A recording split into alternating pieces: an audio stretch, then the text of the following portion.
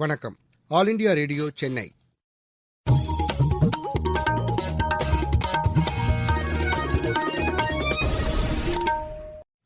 மாநிலச் செய்திகள் வாசிப்பவர் ரெங்கநாதன்.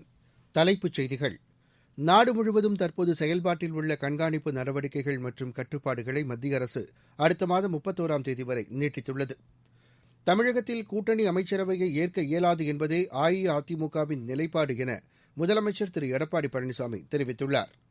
கோவிட்-19 பாதிப்பு காரணமாக ஏற்படும் சவால்களை வாய்ப்புகளாக மாற்றுமாறு இளைஞர்களை குடியரசு துணைத் தலைவர் திரு வெங்கையா நாயுடு கேட்டுக் கொண்டுள்ளார்.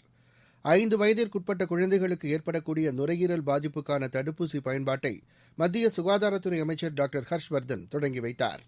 இந்தியாவுக்கு எதிரான 2வது டெஸ்ட் கிரிக்கெட் போட்டியின் 2வது இன்னிங்ஸில் ஆஸ்திரேலியா 8 விக்கெட் இழப்பிற்கு 180 ரன் எடுத்துள்ளது. இனி விரிவான செய்திகள். கோவிட்-19 தொற்று பரவலை கட்டுப்படுத்த நாடு முழுவதும் தற்போது செயல்பாட்டில் உள்ள கண்காணிப்பு நடவடிக்கைகள் மற்றும் கட்டுப்பாடுகளை மத்திய அரசு அடுத்த மாதம் 31ஆம் தேதி வரை நீட்டித்துள்ளது. கோவிட்-19 தொற்று பரவலை கட்டுப்படுத்த மார்ச் மாத இறுதியில் அறிவிக்கப்பட்ட ஊரடங்கு தொடர்ந்து நீட்டிக்கப்பட்டு வருகிறது. எனினும் மத்திய மாநில அரசுகள் அவ்வப்போது பல்வேறு தளர்வுகளையும் அறிவித்து வருகின்றன. இந்நிலையில் ஏற்கனவே அமலில் உள்ள ஊரடங்கு நாளை மறுதினத்திடம் முடிவடைய உள்ள நிலையில் கோவிட்-19 தொற்று பரவலை கண்காணிப்பதற்காக ஏற்கனவே அறிவிக்கப்பட்ட வழிகாட்டு நெறிமுறைகளை வரும் ஜனவரி 31ஆம் தேதி வரை நீட்டித்து மத்திய உள்துறை அமைச்சகம் உத்தரவிட்டுள்ளது. இதுகுறித்து உள்துறை அமைச்சகம் வெளியிட்டுள்ள அறிவிப்பில் கோவிட்-19 தொற்று பாதிப்பு தொடர்ந்து குறைந்து வரும் போதிலும் இங்கிலாந்தில் வேகமாக பரவி வரும் உருமாறிய புதிய வகை கோவிட்-19 தொற்று காரணமாக கண்காணிப்பு கட்டுப்படுத்தப்பட்ட பகுதிகளாக அறிவித்தல் மற்றும் முன்னெச்சரிக்கை நடவடிக்கைகளை தொடர்ந்து மேற்கொள்ள வேண்டிய அவசியம் இருப்பதாக தெரிவிக்கப்பட்டுள்ளது. கட்டுப்படுத்தப்பட்ட பகுதிகளை வரையறுக்கும் போது கவனத்துடன் செயல்படுவதோடு இந்த பகுதிகளில் நோய் கட்டுப்பாட்டு நடவடிக்கைகளை கடுமையாக பின்பற்ற வேண்டும் எனவும் உள்துறை அமைச்சகம் அறிவுறுத்தியுள்ளது. தமிழகத்தில் கூட்டணி அமைச்சரவையை ஏற்க இயலாது என்பதே அஇஅதிமுகவின் நிலைப்பாடு என முதலமைச்சரும் அக்கட்சியின் இணை ஒருங்கிணைப்பாளருமான திரு எடப்பாடி பழனிசாமி தெரிவித்துள்ளார். கோவை விமான நிலையத்தில் நேற்று செய்தியாளர்களிடம் பேசிய அவர், தமிழகத்தை பொறுத்தவரை கூட்டணி அமைச்சரவையை மக்கள் ஏற்க மாட்டார்கள் என்றார். அஇஅதிமுகவை பொறுத்தவரை முதலமைச்சர் வேட்பாளரை அறிவித்து விட்டதாகவும் தங்கள் கட்சித் தலைமையில்தான் கூட்டணி அமைக்கப்படும் என்றும் அவர் குறிப்பிட்டார். ஏற்கனவே நாடாளுமன்ற தேர்தலில் அமைந்த கூட்டணி தொடர்ந்து நீடிப்பதாகவும் முதலமைச்சர் தெரிவித்தார். தமிழகத்தை பொறுத்த வரைக்கும் கூட்டணி மந்திரி சபையை மக்கள் ஏற்றுக்கொள்ள மாட்டார்கள். அது அனைத்து இந்திய அண்ணாதிமுக நிலைப்பாடு. எங்களுடைய கூட்டணி தொடர்ந்து ஏற்கனவே நாடாளுமன்றத்தில் அமைக்கப்பட்ட கூட்டணி தொடர்ந்து நீடிக்கிறது. நாங்கள் முதலமைச்சர் வேட்பாளர் அறிவிச்சிட்டோம். எங்களுடைய கூட்டணி தொடர்கிறது. எங்களுடைய தலைமையில் கூட்டணி அமைக்கப்படும். தொடர்ந்து செய்தியாளர்களின் கேள்விகளுக்கு பதிலளித்த முதலமைச்சர், திமுக ஆட்சியில் எந்த திட்டமும் முழுமையாக நிறைவேற்றப்படவில்லை என்றார். சென்னை போரூர் மேம்பாலம் கட்டுவதற்கு திமுக ஆட்சியில் நிலம் கூட கையகப்படுத்தப்படவில்லை என்றும் அஇஅதிமுக ஆட்சிக்கு வந்த பிறகுதான் நிலம் கையகப்படுத்தப்பட்டு பாலம் கட்டப்பட்டதாக கூறினார். சென்னையில் வேளச்சேரி, மேடவாக்கம், கீழ்கட்டளை உள்ளிட்ட இடங்களிலும் எதிர்க்கட்சித் தலைவர் திரு மு க ஸ்டாலினின் கொளத்தூர் தொகுதியிலும் புதிய பாலம் கட்டப்பட்டு வருவதையும் அவர் சுட்டிக்காட்டினார். தமது தலைமையிலான அரசு மீது திமுக சுமத்தியுள்ள ஊழல் குற்றச்சாட்டுகளையும் முதலமைச்சர் மறுத்தார். தமிழக அரசின் விலையில்லா மிதிவண்டிகள் வழங்கப்படுவதன் மூலம் பள்ளி மாணவர்கள் தங்களது படிப்பை பாதியிலேயே கைவிடும் சூழல் முற்றிலுமாக குறைந்துள்ளது என உணவுத்துறை அமைச்சர் திரு காமராஜ் தெரிவித்துள்ளார். திருவாரூர் மாவட்டம் வலங்கைமான் பகுதியில் மாணவர்களுக்கு விலையில்லா மிதிவண்டிகளை வழங்கி பேசிய அவர், அஇஅதிமுக ஆட்சி பொறுப்புக்கு வந்த பிறகு கடந்த 9.5 ஆண்டுகளில் 1,13,102 மாணவ மாணவியருக்கு விலையில்லா மிதிவண்டிகள் வழங்கப்பட்டுள்ளது என்றார். இதன் மூலம் மாணவர்கள் தடையின்றி கல்வி பெறுவதோடு சமூகத்திலும் ஒளியேற்றுவதாக அவர் கூறினார். நாமக்கல் அரசு மருத்துவக் கல்லூரி மற்றும் மருத்துவமனை கட்டுமானப் பணிகளை உரிய காலத்திற்குள் கட்டி முடிக்குமாறு அதிகாரிகளை மின்துறை அமைச்சர் திரு தங்கமணி அறிவுறுத்தியுள்ளார். கட்டுமானப் பணிகளை நேற்று ஆய்வு செய்த அவர் அனைத்து கட்டிடங்களையும் விரைவில் கட்டி முடித்து ஒப்படைக்குமாறு கேட்டுக் கொண்டார். தமிழக அமைச்சர்களுக்கு எதிராக திமுக அளித்துள்ள ஊழல் பட்டியலின் அடிப்படையில் விசாரணை ஆணையத்தை ஆளுநர் அமைக்க வேண்டும் என தமிழ்நாடு காங்கிரஸ் கமிட்டித் தலைவர் திரு கே எஸ் அழகிரி வலியுறுத்தியுள்ளார். வேலூரில் காங்கிரஸ் கட்சியின் 136வது ஆண்டு தொடக்க விழாவில் பேசிய அவர், தமிழகத்தில் மக்களின் வரிப்பணம் வீணடிக்கப்பட்டிருப்பதாக கூறினார். வரவிருக்கும் தமிழக சட்டப்பேரவைத் தேர்தலில் ஆளுங்கட்சியினரின் தவறான பிரச்சாரங்களை முறியடித்து காங்கிரஸ் தொண்டர்கள் கூட்டணி கட்சிகளுடன் இணைந்து செயல்படுவார்கள் என்றும் அவர் குறிப்பிட்டார்.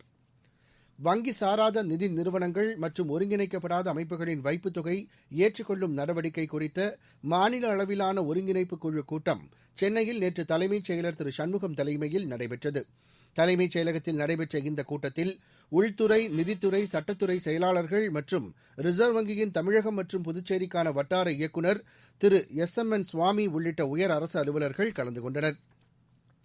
ராமநாதபுரம் மாவட்டத்தில் புரேவி புயலால் ஏற்பட்ட பாதிப்புகளை மத்திய குழுவினர் ஆய்வு செய்துள்ளனர். மத்திய அரசின் பல்வேறு துறைகளைச் சார்ந்த 8 பேர் கொண்ட இந்த குழுவினர் நேற்று ராமேஸ்வரம், பாம்பன், தங்கச்சிமடம் உள்ளிட்ட பகுதிகளில் ஏற்பட்ட சேத விவரங்களை ஆய்வு செய்தனர். தமிழக அரசின் வருவாய் நிர்வாக ஆணையர் திரு பனீந்திர ரெட்டி, மாவட்ட ஆட்சியர் திரு தினேஷ் ஆலிவர் பொன்ராஜ் ஆகியோரும் இந்த ஆய்வின்போது உடனிருந்தனர். நீங்கள் கேட்டுக்கொண்டிருப்பது ஆல் இண்டியா ரேடியோவின் மாநில செய்தி அறிக்கை. கோவிட்-19ற்கு எதிரான போரில் நமக்கான 3 கவசங்கள். முகக்கவசம் அணிவோம், தனிநபர் இடைவெளியை கடைபிடிப்போம், கை மற்றும் முக சுத்தம் பராமரிப்போம்.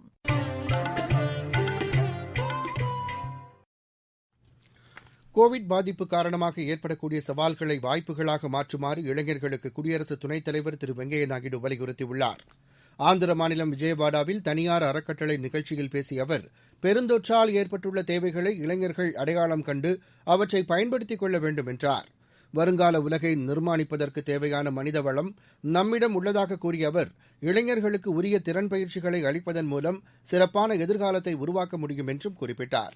பணத்தை விட உடல் ஆரோக்கியமே முக்கியம் என்பதை கோவிட் பெருந்தொற்று மீண்டும் நிரூபித்திருப்பதாகவும் திரு வெங்கையா நாயுடு தெரிவித்தார். 5 வயதிற்குட்பட்ட குழந்தைகளின் உயிரிழப்பை தடுக்கும் விதமாக முற்றிலும் உள்நாட்டிலேயே தயாரிக்கப்பட்ட நுரையீரல் பாதிப்புகளை தடுக்கக்கூடிய தடுப்பூசி பயன்பாட்டை மத்திய சுகாதாரத்துறை அமைச்சர் டாக்டர் ஹர்ஷ்வர்தன் தொடங்கி வைத்தார். நிகழ்ச்சியில் பேசிய அவர், சீரம் நிறுவனம், பில் மற்றும் மெலிண்டா கேட்ஸ் அறக்கட்டளையுடன் இணைந்து PCV என்ற தடுப்பூசியை தயாரித்திருப்பது பெருமிதம் அளிக்கக்கூடியது என்றார். இந்த தடுப்பூசிக்காக இந்தியா இதுவரை வெளிநாடுகளையே சார்ந்திருந்ததுடன் அதிக விலை கொடுத்து வாங்க வேண்டியிருந்த நிலையில் தற்போது அதனை உள்நாட்டிலேயே தயாரித்திருப்பது சுயசார்பு இந்தியாவை நோக்கிய ஒரு முக்கிய நடவடிக்கை என்றும் அவர் தெரிவித்தார். நிமோசில் என்ற வணிக பெயரை கொண்ட இந்த தடுப்பூசி குறைந்த விலையில் கிடைப்பதோடு மிகவும் பாதுகாப்பானதாகவும் திறன்மிக்கதாகவும் இருக்கும் எனவும் அமைச்சர் ஹர்ஷ்வர்தன் கூறினார். ஐக்கிய முற்போக்கு கூட்டணி ஆட்சி காலத்திலேயே அப்போதைய பிரதமர் டாக்டர் மன்மோகன் சிங்கும் வேளாண் துறை அமைச்சராக இருந்த திரு சரத்பவாரும் வேளாண் சட்டங்களை கொண்டுவர விரும்பியதாக மத்திய வேளாண் மற்றும் விவசாயிகள் நலத்துறை அமைச்சர் திரு நரேந்திர சிங் தோமர் கூறியுள்ளார். 25 விவசாய அமைப்புகளின் தலைவர்கள் புதுதில்லியில் நேற்று அமைச்சர் தோமரை சந்தித்து புதிய வேளாண் சட்டங்களுக்கு ஆதரவு தெரிவித்து கடிதம் அளித்தனர். அப்போது பேசிய அவர், நெருக்கடி மற்றும் சிலரது செல்வாக்கு காரணமாக மன்மோகன் சிங் மற்றும் சரத்பவாரால் வேளாண் சட்டங்களை கொண்டுவர முடியவில்லை என்றார். ஆனால் தற்போதைய பிரதமர் திரு நரேந்திர மோடி விவசாயிகளின் நலனுக்காகவும் நாட்டின் வளர்ச்சிக்காகவும் தன்னலமற்ற முறையில் அயராது பாடுபட்டு வருவதாகவும் தெரிவித்தார். வெங்காய ஏற்றுமதிக்கு விதிக்கப்பட்டிருந்த தடை வரும் 1ஆம் தேதி முதல் விலக்கிக் கொள்ளப்படுவதாக மத்திய அரசு அறிவித்துள்ளது. மத்திய வர்த்தக அமைச்சகத்தின் வெளி வர்த்தகத்துறை தலைமை இயக்குநர் வெளியிட்டுள்ள செய்திக்குறிப்பில், இனி அனைத்து வகையான வெங்காயத்தையும் ஏற்றுமதி செய்ய அனுமதிக்கப்படும் என தெரிவிக்கப்பட்டுள்ளது. வெங்காய விலை திடீரென உயர்ந்ததை அடுத்து கடந்த செப்டம்பர் மாதம் முதல் ஏற்றுமதிக்கு தடை விதிக்கப்பட்டிருந்தது. புத்தாண்டு கொண்டாட்டத்தையொட்டி குற்றாலம் அருவிகளுக்கு வரும் சுற்றுலாப் பயணிகளின் எண்ணிக்கை அதிகரிக்கக்கூடும் என்பதால் காவல்துறை பாதுகாப்பும் அதிகரிக்கப்படும் என தென்காசி மாவட்ட ஆட்சியர் திரு சமீரன் தெரிவித்துள்ளார். குற்றாலம் அருவிப் பகுதிகளை ஆய்வு செய்த பின் செய்தியாளர்களிடம் பேசிய அவர், கோவிட்-19 ஊரடங்கு காரணமாக கடந்த 9 மாதங்களாக சுற்றுலாப் பயணிகள் குற்றால அருவிகளில் குளிக்க தடை விதிக்கப்பட்டிருந்த நிலையில் கடந்த 15ஆம் தேதி முதல் சுற்றுலாப் பயணிகளுக்கு அனுமதி அளிக்கப்பட்டு வருவதாக கூறினார். இருவரிச் செய்திகள்.